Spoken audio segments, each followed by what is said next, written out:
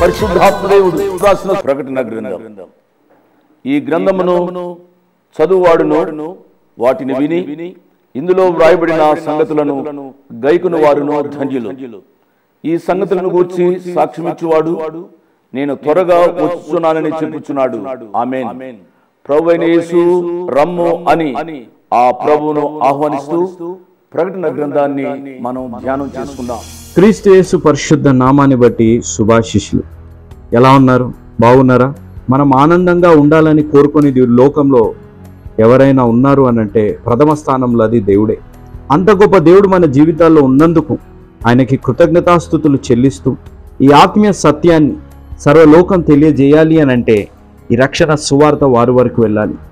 వారు వెళ్ళలేకపోయినా వెళ్ళేలాంటి యేసు అనుచరుల పరిచర్యను ప్రోత్సహించి బలపరిచిన మా ప్రియులు, మా ఆప్తులు మిస్టర్ అండ్ మిసెస్ డేవిడ్ గారు మరియు కమలా మార్గరెట్ గారు, వారు హుబ్లీ కర్ణాటక స్టేట్ వాస్తవ్యులు, వారి కొరకు ప్రత్యేకంగా ప్రార్థిస్తాం. ప్రేమ నమ్మకం కలిగిన మా ప్రియ పరలోకపు తండ్రి, జీవం కలిగిన మా దేవ, డేవిడ్ గారిని, కమలా మార్గరెట్ గారిని బట్టి మీకు స్తుతులు స్తోత్రాలు మేము చెల్లించుకుంటాం. వారిద్దరిని జతపరిచారు. వారిద్దరికి ఇచ్చిన బహుమానం కుమారుడు నవీన్ని బట్టి, కుమార్తె జెస్సీని బట్టి మీకు స్తుతులు స్తోత్రాలు మేము చెల్లించుకుంటున్నాం. ప్రవ్వా, నవీన్ భవిష్యత్తు కొరకై, అదేవిధంగా జెస్సీ తన భర్త సాగర్ వారికి ఇద్దరికి ఇచ్చిన గొప్ప బహుమానం జోనితా కొరకే మేము ప్రత్యేకంగా ప్రార్థిస్తున్నాం. తండ్రి, ఈ కుటుంబాన్ని మీరు నిండుగా మెండుగా దీవించండి. నూతన బహుమానంగా వారింట్లోకి వచ్చిన ప్రవ్వా మనవరాలు జోనితాని బట్టి మీకు స్తుతులు స్తోత్రాలు చెల్లించుకుంటున్నాం. ఈ కుటుంబం మీ ద్వారా ప్రేరేపింపబడి ప్రవ్వా వారి కృతజ్ఞతగా చెల్లించిన ఈ కానుకను బట్టి మీకు స్తుతులు స్తోత్రాలు. మీరు చేసిన ఈ సహాయాన్ని బట్టి ఈరోజు ఒక ఆత్మైన రక్షణ పొంది రక్షణ తీర్మానం తీసుకోబోతున్న వారికి, ఈ వాక్యం ఇచ్చిన ప్రతి బిడ్డకి, ఈ కుటుంబానికి మీ ద్వారా ప్రేరేపింపబడిస్తున్న వాగ్దానము తండ్రి, ఎల్లప్పుడూ ప్రభు నందు ఆనందించుడి, మరలా చెప్పుదును ఆనందించుడి. ఫిలిప్పీలకు రాసిన పత్రిక 4వ అధ్యాయం 4వ వచనం. అదేవిధంగా తండ్రి వీరికి ఇస్తున్న ఆజ్ఞ, దేవునికి ఎల్లప్పుడూ కృతజ్ఞతాస్తుతులు చెల్లించుచు లోబడి ఉండుడి. ఎఫెసీయులకు రాసిన పత్రిక 5వ అధ్యాయం 21వ వచనం 21వ వచనం. తండ్రి, మీరు చేసిన కృతజ్ఞత అర్పణను బట్టి మీకు స్తుతులు స్తోత్రాలు చెల్లించుకుంటూ ఈ కుటుంబాన్ని నిండుగా మెండుగా దీవించండి. ఈ వాక్యం విని రక్షణ తీర్మానం తీసుకోబోతున్న బిడ్డలకి, ఈ వాక్యం వింటున్న ప్రతి బిడ్డని నిండుగా మెండుగా దీవించి ఆశీర్వదించి బలపరిచి నడిపించుమని యేసు నామం అడిగి వేడుకుంటున్నాము తండ్రి. ఆమేన్. Praise the Lord. ఎలా ఉన్నారమ్మా? ఎలా ఉన్నారు బాబు? మీరు బాగున్నారు కదూ? ఉదయకాలం, మధ్యాహ్నం, సాయంకాలం మీ కొరకు ప్రార్థన చేస్తున్నాం. ప్రత్యేకముగా ప్రతి శనివారం ఉదయం 10 గంటల నుంచి సాయంకాలం 6 గంటల వరకు దరిదాపు 8 గంటలు ప్రార్థన చేస్తున్నాము అనే విషయాన్ని జ్ఞాపకం చేస్తున్నాను. అందుకనే పదే పదే నేను చెప్తూ ఉంటాను, మీ ప్రార్థన మనవులు ఒక ఉత్తరం ద్వారా తెలియపరచండి. మీ కొరకు అర్థవంతంగా ప్రార్థన చేయడానికి అవకాశం ఉంటుంది. మంచిది. వాక్య ధ్యానంలోనికి ఇక ప్రార్థన చేసుకుని వాక్య ధ్యానంలోనికి వెళదాం. ప్రార్థన చేస్తున్నాను. కృపా సత్య సంపూర్ణుడు అయిన మా ప్రియ పరలోకపు తండ్రి, వందనాలు స్తోత్రాలు నాయనా. మీ కృపాసనం దగ్గరికి రావడానికి మీరు చేసిన కృప కొరకై వందనాలు స్తోత్రాలు చెల్లిస్తూ ఉన్నాం. టీవీ దగ్గరికి వచ్చి ప్రార్థనలో పాల్గొని మీ వాక్యాన్ని వింటున్నాము అనంటే కేవలం మీ కృపా కనికరాలే కారణమని మీకు స్తోత్రాలు చెల్లిస్తున్నాం ప్రభువా. అనారోగ్యంగా ఉన్నవారిని జ్ఞాపకం చేసుకుంటున్నాం ప్రభువా. దయతో వారిని ముట్టి స్వస్థపరచుమని అడుగుతున్నాం నాయనా. Diabetes, blood pressure, cancer, arthritis, thyroid, hepatitis B, hepatitis C, AIDS వ్యాధులు ప్రభువా, ఆయా దీర్ఘకాల వ్యాధుల చేత డెంగ్యూ, చికెన్ గున్యా, ఈ వ్యాధుల చేత చాలామంది బాధపడుతున్నారు ప్రభువా. ఈ దినాల్లో ప్రభువా అనేకమైన వ్యాధులు చెప్పుకోలేనివి ప్రభువా నాయన నూతనమైన రీతిగా కనబడుతున్నాయి. మా ప్రియ బిడ్డలను వాటి బారి నుంచి తప్పించమని అడుగుతున్నాం ప్రభు. సంతానం లేని బిడ్డలకు సంతానమును అనుగ్రహించండి ప్రభువా.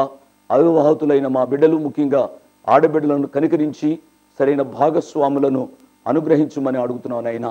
మీ కృపా వాక్యము ద్వారా మాతో మాట్లాడుతూ ద్వారా ప్రభువా నీ కుమారుని స్వారూప్యంలోనికి మేము ఎదగడానికి సహాయం చేయండి. ఘనత, మహిమ, ప్రభావాలు మీరే పొందండి.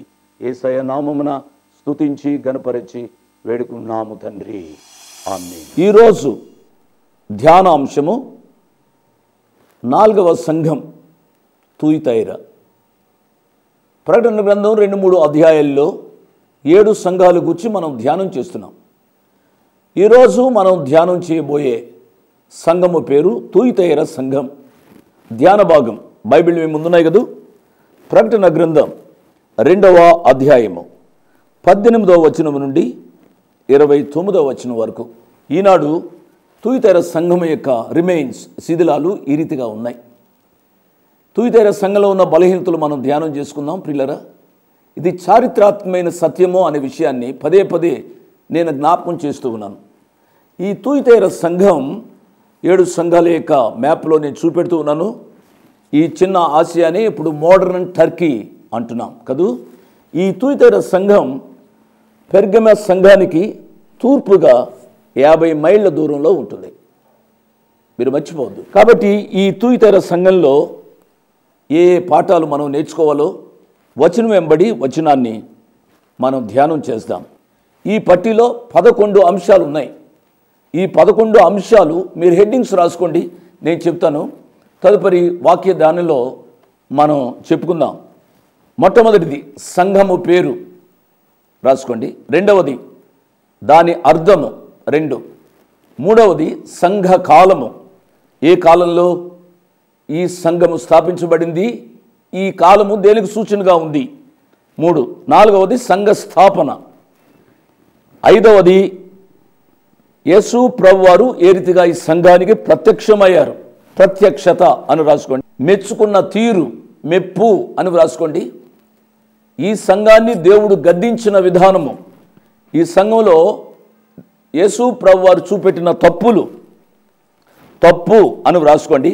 8వది ఏమిటి అనగా ఈ సంఘాన్ని మందలించిన విధానం, మందలింపు. 9వది ఆ సంఘంలో తప్పులున్నాయి కాబట్టి శిక్షలు, శిక్ష అని వ్రాయండి. 10వది ఆ తప్పును సరిదిద్దుకున్నట్లయితే దేవుడిచ్చే బహుమానము 10వది. 11 ముగింపు. రాసుకున్నారు కదా. వచనం వెంబడి వచనాన్ని మనం ధ్యానం చేసుకుందాం. తూయితైరలో ఉన్న సంఘపు దూతకు ఇలాగూ రాయవో. సంఘపు దూత అనే మాట మనం చెప్పుకుంటూ వచ్చాం. సంఘంలో ఉన్న వర్తమానికుడు, తూయితైరలో ఉన్న సంఘ వర్తమానికునకు ఇలాగూ వ్రాయము. సంఘంలో కొంతమంది పెద్దలు ఉంటారు, అందులో వర్తమానము చెప్పే, దేవుని వాక్యాన్ని చెప్పే ఆ యొక్క కృప కొద్దిమందికి ఉంటుంది. ఆ వర్తమానికుడికి ఇలాగూ వ్రాయము. ఈ సంఘంలో యేసు ప్రభువారు ప్రత్యక్షమైన విధానం ఇక్కడ వ్రాయబడింది. అగ్ని జ్వాల వంటి కనులను, అపరంజిని పోలిన పాదములను గల దేవుని కుమారుడు చెప్పు సంగతులేవనగా, ఏ రీతిగా ప్రత్యక్షమయ్యాడో అనేది నేను ఇప్పుడు చెప్తాను పిల్లరా. ఈ సంఘం యొక్క అర్థం, తూయితైరా అనే మాటకు అర్థం ఏమిటనగా ఆచారము అని వ్రాసుకోనండి. ఈ సంఘము ఏ రీతిగా స్థాపించబడింది అనేది మనం ఆలోచించాలి. పౌలు గారు మిషనరీ యాత్రలో ఆయన ఆయా ప్రదేశాలకు వెళుతూ ఉన్నాడు. పౌలు గారు తన యొక్క బృందం ఆసియాలో వాక్యం చెప్పకూడదని పరిశుద్ధాత్ముడు వారిని ఆటంకపరిచాడు. అప్పుడు వారు ముసియా దగ్గరకు వచ్చి బితూనియాకు వెళ్ళడానికి ప్రయత్నం చేశారు. అప్పుడు కూడా పరిశుద్ధాత్ముడు వారిని వెడనివ్వలేదు. పరిశుద్ధాత్మ ప్రేరేపణ చేత వారు ఫిలిప్పీకి వచ్చారు. ఫిలిప్పీకి వచ్చి వారు దేవుని వాక్యం చెబుతూ ఉండగా, చూడండి అపోస్తుల కార్యములు గ్రంథం 16వ అధ్యాయము 13వ వచనం. విశ్రాంతి దినమున గవిని దాటి నదీ తీరమున ప్రార్థన జరుగును అనుకుని అక్కడికి వచ్చి కూర్చుండి కూడి వచ్చిన స్త్రీలతో మాట్లాడుచుంటిమి. అప్పుడు లూదియా అను దైవభక్తి గల ఒక స్త్రీ వినుచుండెను. విన్నారా? ఆ కూటంలో ఒక స్త్రీ ఉంది, ఆమె పేరు లూదియా. ఆమె ఊదా రంగు పొడిని అమ్ము తూయితైర పట్టణస్తురాలు. మనం ఏ సంఘాన్ని గురించి ధ్యానం చేస్తున్నాం? తూయితైర కాదు. ఆ తూయితైర పట్టణము నుంచి ఒక స్త్రీ వచ్చింది, లూదియా అనే స్త్రీ వచ్చింది. ఆమె దేవుని వాక్యాన్ని వింది. వాక్యాన్ని విన్న ఆమె ఏమి చేసింది అనగా ఆమె హృదయాన్ని తెరిచింది. ప్రభు ఆమె హృదయమును తెరిచెను గనుక పౌలు చెప్పిన మాటల యందు లక్ష్యం ఉంచెను అని దేవుని యొక్క వాక్యంలో మనం చదివాం. అనగా ప్రియులరా, వాక్యం వినడం ఒక ఎత్తు, వాక్యాన్ని జీవితానికి అన్వయం చేసుకోవడం మరొక ఎత్తు కదూ. అనేక పర్యాలు వాక్యాన్ని వింటాం, వాక్యాన్ని చెప్పిన వారిని మెచ్చుకుంటాం, కానీ ఆ వాక్యాన్ని జీవితంలోనికి తీసుకోం. వాక్యాన్ని జీవితానికి అన్వయం చేసుకోం. ప్రియులరా, నేను మనవి చేస్తున్నాను, ఈమె తూయితైర పట్టణస్తురాలు, ధనికురాలు, ఏ బిజినెస్ ఉమెన్. ఆమె దేవుని వాక్యాన్ని విని మారు మనసు పొందింది. ఇంకొక మాటలో నేను చెప్పవలసి వస్తే తన పాప జీవితాన్ని అంతటినీ ప్రభు యొక్క పాదసన్ని దగ్గర ఒప్పుకుంది. యేసు ప్రభువాన్ని తన హృదయంలో స్వీకరించడం ద్వారా యేసు ప్రభువాన్ని తన సొంత రక్షకునిగా అంగీకరించింది. అంతటితో ఆమె ఆపలే. ఆమె ఏమి చేసింది అనగా, ఏ రక్షణానందము తన హృదయంలో పొందిందో ఆ అనుభూతిని తన కుటుంబం వారు కూడా పంచుకోవాలని ఆశపడింది. ఎంత మంచి ఆశ అండి! ఇటువంటి స్త్రీలు మన కుటుంబాలలో ఉంటే, మన గ్రామాల్లో ఉంటే, మన సంఘాలలో ఉంటే ఎంత ఆశీర్వాదకరం. ఎప్పుడైతే ఈ యొక్క లూదియ గారు యేసు ప్రభువాన్ని తన జీవితంలోనికి ఆహ్వానించిందో, ఆ సంతోషానుభూతి ఎప్పుడైతే ఆమె పొందిందో, ఆ సంతోషానుభూతి తనకు తానే అనుభవించి స్వార్థపూర్వకంగా ఉండక ఆమె ఏమి చేసింది అని అంటే, పౌలు గారిని తన బృందాన్ని తన ఇంటికి తీసుకుని వెళ్ళింది. నేను ప్రభువునందు విశ్వాసము గలదానని మీరు ఎంచితే నా ఇంటికి వచ్చియుండుడని వేడుకొని మమ్మను బలవంతము చేసెను. ప్రియులరా, ఆమె మారు మనసు పొందింది. సెకండ్ స్టెప్, మారు మనసు పొందిన వెంటనే వాక్యానికి విధేయురాలైంది, అనగా బాప్తిస్మం పొందింది. మారు మనసుకు ముందు కాదు బాప్తిస్మం. పదే పదే నేను చెప్తున్నాను, మారు మనసు తదుపరి బాప్తిస్మం. బాప్తిస్మం పొందిన ఈమె నా కుటుంబంలో వారు కూడా రక్షింపబడాలి, బాప్తిస్మం పొందాలి అని చెప్పి పౌలు గారిని తన బృందాన్ని తన ఇంటికి తీసుకుని వెళ్ళి ఆతిథ్యం ఇచ్చి దేవుని వాక్యాన్ని చెప్పింది. మనం రక్షింపబడిన వెంటనే మన కుటుంబం వారు కూడా రక్షింపబడాలి అనే ఆశ ఉండాలి అని ప్రభు పేరిట మనవి చేస్తున్నాను. కాబట్టి ఈమె ఇంటికి తీసుకుని వెళ్ళింది. పౌలు గారు వాక్యం చెప్పి ఉంటారు. పౌలు గారి యొక్క వాక్య పరిచర్య ద్వారా ఆ ఇంట్లో వారు రక్షింపబడి ఉంటారు. తద్వారా ఆ తూయితైరలో సంఘము ఏర్పాటు అయింది అని గ్రహించాలి. దేవుని నామానికి స్తోత్రం. ఈ తూయితైర పట్టణాన్ని ఇప్పుడేమంటారు అనగా అకీసార్ అని అంటారు. ప్రియులారా, ఈ పట్టణంలో ఉన్న పరిస్థితి ఏమిటి అనగా, తూయితైరలో సోదలు చెప్పించుకునేవారు ఎక్కువ మంది ఉండేవారు.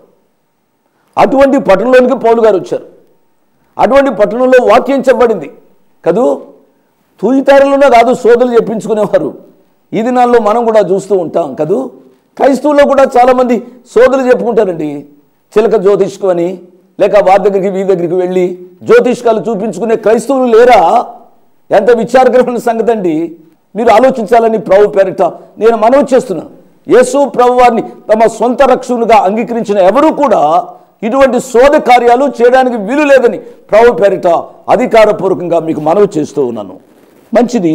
ఆ సంఘానికి యేసు ప్రభు వారు ప్రత్యక్షమయ్యారు. అగ్ని జ్వాల వంటి కన్నులను, అపరంజిని పోలిన పాదములను గల దేవుని కుమారుడు చెప్పు సంగతులు ఏవనగా, 1, అగ్ని జ్వాల వంటి కన్నులు కలిగిన ప్రభు, నెంబర్ 1. నెంబర్ 2, అపరంజిని పోలిన పాదములు గల ప్రభు, నెంబర్ 2. నెంబర్ 3, దేవుని కుమారుడు. అగ్ని జ్వాల వంటి కన్నులు. ప్రియులారా, ప్రకటన గ్రంథం 1వ అధ్యాయము 14వ వచనంలో ఆయన నేత్రములు అగ్ని జ్వాల వలె ఉండెను అని చెప్తూ నేను ఒక పటాన్ని కూడా చూపించాను. ఆ ప్రియ ప్రభు యొక్క నేత్రాలు, కన్నులు అగ్ని జ్వాల వలె ఉన్నవి. ఈ మాటలు చెబుతూ ఉంటే వాక్యాన్ని ప్రేమించే ప్రతి బిడ్డ యొక్క మనస్సు పరమగీతం మీదకు వెళ్ళాలి. పరమగీతము 5వ అధ్యాయము 12వ వచనం, అతని నేత్రములు అనగా ఆయన కన్నులు నదీ తీరములందుండు గువ్వల వలె కనబడుచున్నవి, అవి పాలతో కడుగబడినట్టున్నవి, అవి చక్కగా తాచిన రత్నముల వలె ఉన్నవి. గమనించారా? ఆయన భూలోకంలో ఉన్నప్పుడు ఆయన నేత్రములు గువ్వల వలె ఉన్నవి. మీరు పావురము లేక గువ్వ కళ్ళు చూసినట్లయితే ఎప్పుడూ కూడా చెమర్చినట్టు ఉంటాయట. చూడండి, పావురాన్ని నేను తెచ్చాను మీ కొరకు. ఆ కన్నులు చూసినట్లయితే ఎంత నిర్మలముగా ఉన్నాయి, ఆ కన్నులలో ఎంత అమాయకత్వం కనబడుతుందో మనము ఆలోచించాలి. యేసు ప్రభువారు భూలోకంలో జీవించినంత కాలము నిష్కల్మషమైన రీతిగా ప్రభువారు మనల్ని ప్రేమించారు అని అర్థం చేసుకోవాలి. యేసు ప్రభువారు గెత్సెమనే వనంలో ఉన్నప్పుడు సర్వలోక రక్షణ కొరకై ఆయన కన్నీరు కార్చినట్లుగా దేవుని యొక్క వాక్యంలో చూస్తాం కదూ. ప్రియులారా, పావురము అమాయకత్వానికి గుర్తు, పావురము నిష్కల్మషమైన పక్షి, పావురము పరిశుద్ధాత్మ కూడా సాదృశ్యముగా ఉన్నట్లుగా మనం చూస్తూ ఉంటాం. అటువంటి అమాయకపు కన్నులు కలిగిన ప్రభువారు మానవ రక్షణార్థం కన్నీరు కార్చిన కన్నులు కలిగిన ప్రభువారు ఈ సంఘానికి, తుయితెర సంఘానికి ఏ రీతిగా ప్రత్యక్షమవుతున్నారు అనగా అగ్ని జ్వాల వంటి కన్నులు కలిగిన ప్రభువుగా ఆయన ప్రత్యక్షమవుతున్నారు. అనగా ప్రియులరా, పాపము సహించలేని ఆ ప్రియ ప్రభు యొక్క అగ్ని జ్వాల వంటి కన్నులు లోకమంతటా సంచారము చేయుచున్నది అని గ్రహించాలని ప్రభు పేరట మనవి చేస్తున్నాను. నెంబర్ 1. నెంబర్ 2, రెండవది ఏమిటి అనగా అపరంజిని పోలిన పాదములు అని ఉంది కదూ. అపరంజి అని అంటే మనం సాధారణంగా బంగారము అని అంటాం. కానీ ఇంగ్లీష్ బైబిల్లోంచి మనం చూసినట్లయితే ఒక మాట ఏమిటనగా ఇత్తడిని పోలిన పాదములు అని ఉంది. కాబట్టి ఆయన పాదములు ఇత్తడిని పోలినవి అనగా ఇత్తడి తీర్పునకు సూచనగా ఉంది. అనగా యేసు ప్రభు వారి యొక్క పాదములు ఇత్తడిని పోలిన పాదములుగా ఉన్నాయి అని అంటే పాపాన్ని సహించక పాపానికి తీర్పు తీర్చే పాదములు కలిగిన ప్రభువు ఆ సంఘానికి ప్రత్యక్షమయ్యారు. నెంబర్ 2. నెంబర్ 3, మూడవది ఏమిటి అనగా దేవుని కుమారుడు అండి. బైబిల్లో చూసినట్లయితే ప్రకటన గ్రంథం 1వ అధ్యాయం 13వ వచనంలో మనం చూసాం కదూ, మనం ధ్యానం చేశాం. నేనటు చూడగా 7 సువర్ణ దీప స్తంభములను, ఆ దీప స్తంభముల మధ్యను మనుష్య కుమారుని పోలిన ఒకరిని చూచితిని. 1వ అధ్యాయంలో మనుష్య కుమారునిగా ప్రత్యక్షమయ్యాడు. 2వ అధ్యాయంలో దేవుని కుమారునిగా ప్రత్యక్షమయ్యాడు. గమనించాలి, తుయితైరు సంఘానికి ఆయన దేవుని కుమారుడిగా ప్రత్యక్షమవుతున్నాడు. అంటే మనం గ్రహించవలసింది ఏమిటి అనగా ఆయన మరణించారు, మరణంతో ఆయన అంతటితో అంతం కాలేదు. ఆయన పునరుద్ధానుడై లేచాడు, ఆయన ఆరోహణమయ్యాడు, ఆయన దేవుని కుమారుడిగా తండ్రి కుడి పార్శ్వమున కూర్చుని ఉన్నాడు. ఆ యేసు ప్రభు వారు మరలా మన కొరకు రాబోతున్నారు. ఆ ప్రియ ప్రభు మనకు తీర్పు తీర్చబోతున్నారు అనే విషయాన్ని జ్ఞాపకం చేస్తున్నాను. ఆయన యొక్క ప్రత్యక్షత ప్రియులరా, అగ్ని జ్వాల వంటి కన్నులు, అపరంజిని పోలిన పాదములు, దేవుని కుమారుడిగా ప్రత్యక్షమై ఆయన చెబుతున్నాడు. ప్రియులరా, ఇక్కడ ఆ సంఘాన్ని మెచ్చుకుంటున్నాడు. మెచ్చుకున్న విధానం 6 రీతులుగా ప్రియ ప్రభు మెచ్చుకున్నాడు. 19వ వచనం, నీ క్రియలను నేను ఎరుగుదును. అవును, ఎంత మంచి సంఘం అండి ఈ సంఘం. మంచి క్రియలు కలిగిన సంఘముగా ఉన్నట్లుగా మనం చూస్తాం. ఎందుచేతనగా ఈ సంఘాన్ని స్థాపించడానికి మూల కారకురాలు లూదియా అని చెప్పాం కదా. ఆ లూదియా యొక్క జీవితంలో మంచి ఆ కృపా క్రియ కార్యం ఏమిటి అనగా పౌలును ఆ భక్తులను పిలిపించి ఆతిథ్యం ఇచ్చిన కుటుంబం లూదియా కుటుంబం. వాక్యం వింటున్న ప్రియ చెల్లెండ్రు, ప్రియ అక్కలు, ప్రియ బిడ్డలు, నేను మనవి చేస్తున్నాను, ఎవరైనా దేవుని యొక్క బిడ్డలు మీ ఇంటికి వస్తే వట్టి చేతులతో పంపించవద్దు. దయచేసి మీకు మనవి చేస్తున్నాను, మీరు దీవించబడాలి అనగా ప్రియులరా, దయచేసి మీరు ఈ ఆతిథ్య లక్షణాన్ని కలిగి ఉండాలి. నీ క్రియలను నేను ఎరుగుదును. నెంబర్ 1. నెంబర్ 2, నీ ప్రేమను నేను ఎరుగుదును. విన్నారా, క్రియ తదుపరి ప్రేమ ఉన్నట్లుగా మనం చూస్తాం. ప్రేమతో కూడిన క్రియలు, క్రియలతో కూడిన ప్రేమ. అవును, దైవ సేవలో విశ్వాసి జీవితంలో ప్రేమ లేకుండా జీవితం ఉండడానికి వీలు లేదు అండి. ఉన్న విషయాలన్నిటిలో కూడా ప్రేమ ఉత్తమైనది కదూ.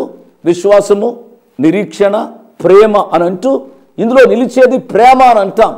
కాబట్టి రక్షింపబడిన ప్రతి విశ్వాసిక జీవితంలో ప్రేమ ఉండాలి అని పొరుగువారి పట్ల నేను ఇంకొక మాట చెప్పవలసి వస్తే శత్రువును కూడా ప్రేమించే లక్షణం విశ్వాసి కలిగి ఉండాలని ప్రభు పేరిట నేను మనవి చేస్తున్నాను. నెంబర్ 2. నెంబర్ 3, నీ విశ్వాసమును నేను ఎరుగుదును అండి. పిల్లరా గమనించండి, పిల్లరా, విశ్వాసము లేకుండా మనం ఏమీ చేయలేమండి. విశ్వాసము లేని క్రియలు మృతమైనవి. కాబట్టి నేను ఏదో పెద్ద క్రియలు చేస్తున్నాను అని అంటే విశ్వాసము, విశ్వాసము క్రియ, క్రియ విశ్వాసము ఒకదాని వెంబడి ఒకటి వెళ్ళాలి అని దేవుని యొక్క వాక్యం సెలవిస్తుంది. విశ్వాసము లేకుండా రక్షణ లేదు ప్రియులారా. ఆ జైలు అధికారి పౌలు శీలను అడిగాడు, రక్షణ పొందుటకు నేనేమి చేయాలి అని అంటే ఏమేమో చేయాలని చెప్పలేదండి. వారు ఏం చెప్పారు అనగా ప్రభువైన యేసునందు విశ్వాసముంచుము, నీవును నీ ఇంటి వారును రక్షింపబడుదురు.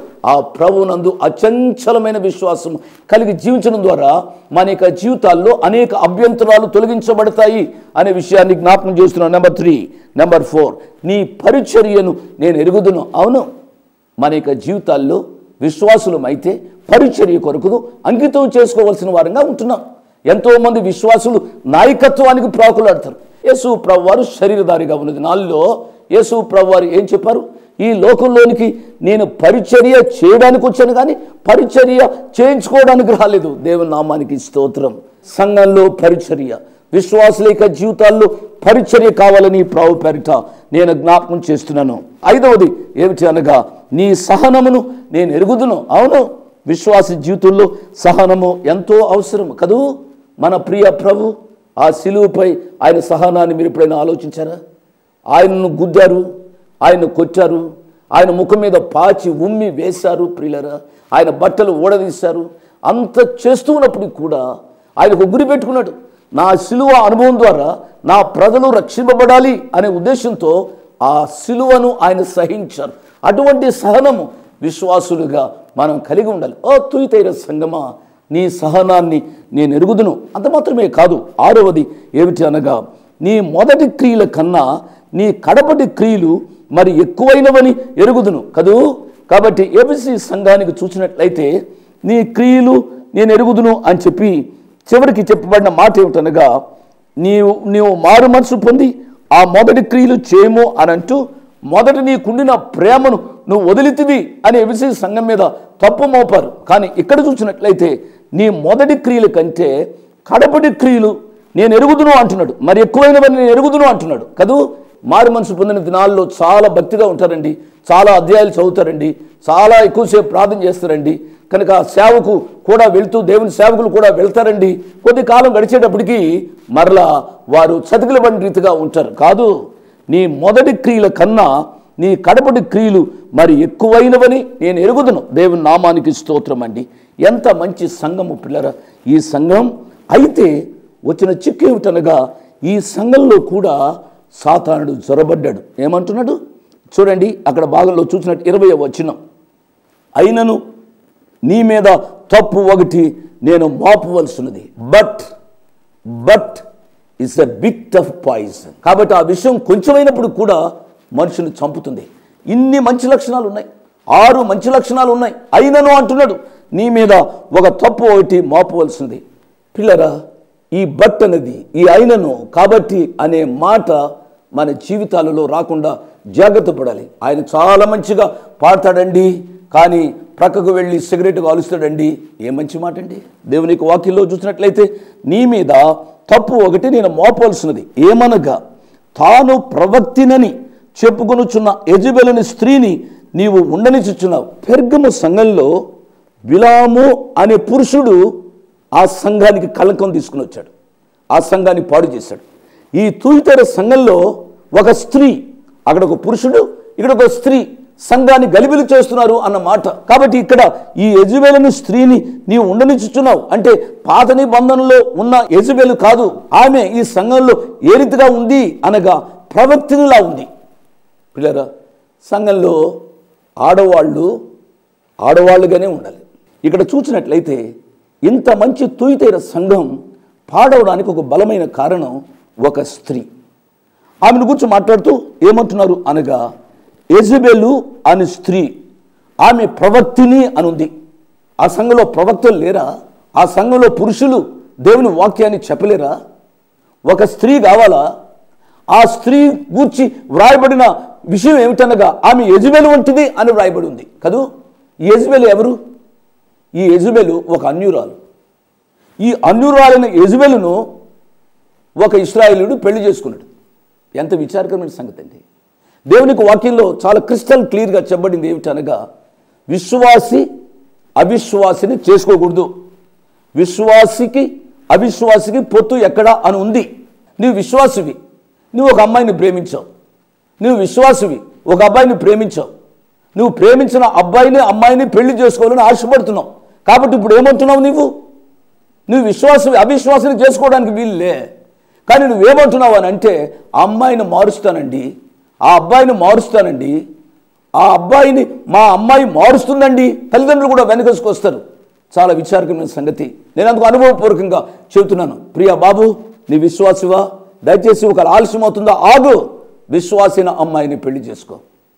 ప్రియ పాప, నీ విశ్వాసివా? విశ్వాసువైన అబ్బాయి కొరకు పెళ్లి చేసుకో. ఒకవేళ నువ్వు అనొచ్చు, ఈ కాలంలో విశ్వాసం ఎవరో విశ్వాసురాలు ఎవరో ఏం తెలియటం లేదండి అని మీరు అనొచ్చు. నేను కాదనటంలే. ప్రియులారా, అనుభవం కలిగిన వ్యక్తిగా నేను మనవి చేస్తున్నాను. దేవుని కృపా వాక్యం, వాక్యాన్ని గౌరవిస్తాం, వాక్యాన్ని పాటించడానికి తీర్మానం చేసుకున్న వాళ్ళని ప్రభు పేరిట నేను మనవి చేస్తున్నాను. తాను ప్రవక్తినని చెప్పుకొనుచున్న యెజబెలు స్త్రీని నీవు ఉండనిచ్చుచున్నావు. ఈమె ఎంత ఘోరమైన స్త్రీ అంటే ఆ భర్తను అసలు లెక్క చేసేది కాదు. కొంతమంది ఆడోళ్ళు ఇంటిలో భర్తలు లెక్క చేయరండి. చాలా విచారకరమైన సంగతి కదూ. చాలామంది భర్తలను ఊరికి తిడుతూ ఉంటారు. భర్తతో శాంతి సమాధానంగా ఉండాలి. నీ మంచితనము, నీ సాత్విక లక్షణం నీ భర్తను మార్చే రీతిగా ఉండాలి అనేది నా యొక్క సలహా. ఈ యెజబెల్ అనే స్త్రీ ఎటువంటిదో మీరు గ్రహించాలి. నా ప్రియ అక్కలకు, నా ప్రియ చెల్లెండ్రకు, నా ప్రియ ఆడబిడ్డలకు నేను మనవి చేస్తున్నాను. మీలో ఎవరు కూడా యెజబెలు వలె ఉండవద్దు. మీ భర్తలను ప్రేమించేవారిగా, మీ భర్తలను ఆదరించేవారిగా, మీ భర్తలు మీ ద్వారా సంతోషించేవారిగా మీరుండాలి అని మీకు మనవి చేస్తున్నాను. ఈ యెజబెలు గూర్చి ఇంకా నేను సవిస్తరంగా జ్ఞాపకం చేస్తాను. పిల్లరా, ఈమె ప్రవక్తినిగా ఉంది. ఈమెను గూర్చి ఇంకొక అభిప్రాయం ఏమిటి అనగా, ఈ యెజబెలు అనే స్త్రీ ఆ సంఘ వర్తమానికుని యొక్క భార్యగా కూడా ఉండడానికి అవకాశం ఉంది. సంఘాలు ఈనాడు పాడవడానికి ఒక బలమైన కారణం ఏమిటి అనగా, పురుషులు బాగానే నడిపిస్తారండి సంఘాన్ని, కానీ స్త్రీలు అనగా ఆ సంఘ పెద్దల యొక్క భార్యలు సంఘాలు పాడు చేయడానికి కూడా అవకాశం ఉంది. అందరూ కాదు. ఈ విషయాలు ఇంకా మనం సవిస్తరంగా ధ్యానం చేసుకుందాం. ప్రకటన గ్రంథం 2వ అధ్యాయం మిగిలిన వచనాలు చదువుకునే సకాలానికి రండి. దేవుడు మిమ్మల్ని నిండారుగా ఈ వాక్య ధ్యానం ద్వారా దీవించునుగాక. Praise the lord. మీ ముందుకు రావడానికి ఒక ప్రాముఖ్యమైన కారణం, మేము ఈ టీవీ పరిచర్యని ఎందుకు ప్రారంభించాం, ప్రాముఖ్యంగా తండ్రి అయిన నాన్నగారు, కీర్తిశేషులైన నాన్నగారు జోష్ అన్నగారు ఎందుకు ప్రారంభించారు అనేది వారి మాటల్లోనే విందాం. ఈ కార్యక్రమాన్ని నిర్వహించడానికి నేను ఎంతో ధైర్యం చేశాను అనే విషయాన్ని జ్ఞాపకం చేస్తున్నాను. డబ్బుండి కార్యక్రమాన్ని ప్రారంభించలేదు. నన్ను రక్షించి ఇంతవరకు పిలిచిన ప్రభు ఉన్నారు అని, తదుపరి విశ్వాసులైన మీరు ఉన్నారు అనే ధైర్యంతో ఈ కార్యక్రమాన్ని కొనసాగిస్తున్నాం. విన్నారు కదా, నాన్నగారు ఏ ధైర్యమైతే వారు చేసి టీవీ కార్యక్రమాలని ప్రారంభించారు, మన రక్షకుడైన యేసు ఉన్నారని, విశ్వాసులైన మీరు ఉన్నారనే ధైర్యంతోనే ఈ టీవీ కార్యక్రమాలని మేము కొనసాగిస్తున్నాం గత సంవత్సరాలుగా. ఇక ముందు కూడా మేము కొనసాగించాలి అని అంటే మీలో విశ్వాసులైన మీరు, ప్రేరేపింపబడ్డవారు మీరు, వచనం వెంబడి వచ్చిన ధ్యానాలు జోషన్న గారివి, పాయింట్ వైజ్ ధ్యానాలు జాన్ స్పర్జన్ గారివి, హీరోస్ ఆఫ్ ది బైబిల్ అనే సిరీస్ ధ్యానాలు భక్త్ సింగ్ నావి కొనసాగేటట్టు మీరు ప్రేరేపింపబడితే, మీరు సహాయం చేసి మీరు నేరుగా నాతోని మాట్లాడవచ్చు. నాతో మాట్లాడి మాకు సహాయం చేయాలనేది నా మనవి.